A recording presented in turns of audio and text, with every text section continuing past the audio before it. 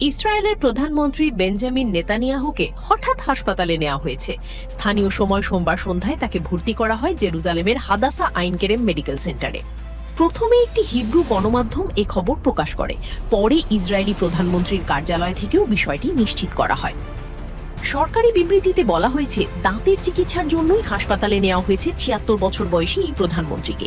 তবে এই ঘটনাকে ঘিরে নতুন করে আলোচনা শুরু হয়েছে নেতানিয়াহুর স্বাস্থ্য নিয়ে, কারণ গত কয়েক মাস ধরে তার শারীরিক অবস্থা নিয়ে ইসরায়েলে চলছে নানা জল্পনা কল্পনা।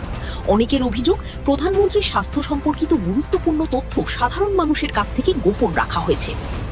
গত মাসেই সামাজিক মাধ্যমে এক পোস্টে নেতানিয়াহু জানান তিনি প্রস্টেটের ক্যান্সার সংশ্লিষ্ট একটি টিউমারের অপারেশন করিয়েছেন। তার দাবি ছিল, ইরানের সঙ্গে চলমান উত্তেজনার সময় এই তথ্য প্রকাশ পেলে তা ইসরায়েলের বিরুদ্ধে ব্যবহার হতে পারত। তবে কবে তার রোগ শনাক্ত হয়েছিল কিংবা চিকিৎসা কখন শুরু হয়েছিল সে বিষয়ে স্পষ্ট কিছু জানাননি তিনি। এর আগেও একাধিক শারীরিক জটিলতার মুখে পড়েছেন ইসরায়েলের এই প্রধানমন্ত্রী।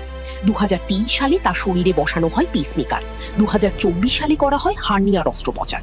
এছাড়াও একই বছরে তাকে প্রস্টেট অপারেশনও করাতে হয়।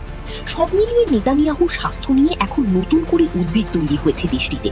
মধ্যপ্রাচ্যের চলমান অস্থির পরিস্থিতিতে এই খবর আন্তর্জাতিক অঙ্গনেও ব্যাপক আলোচনার জন্ম দিয়েছে। নেতানিয়াহুর এই স্বাস্থ্য পরিস্থিতি নিয়ে আপনার মতামত কি? কমেন্ট করে জানান।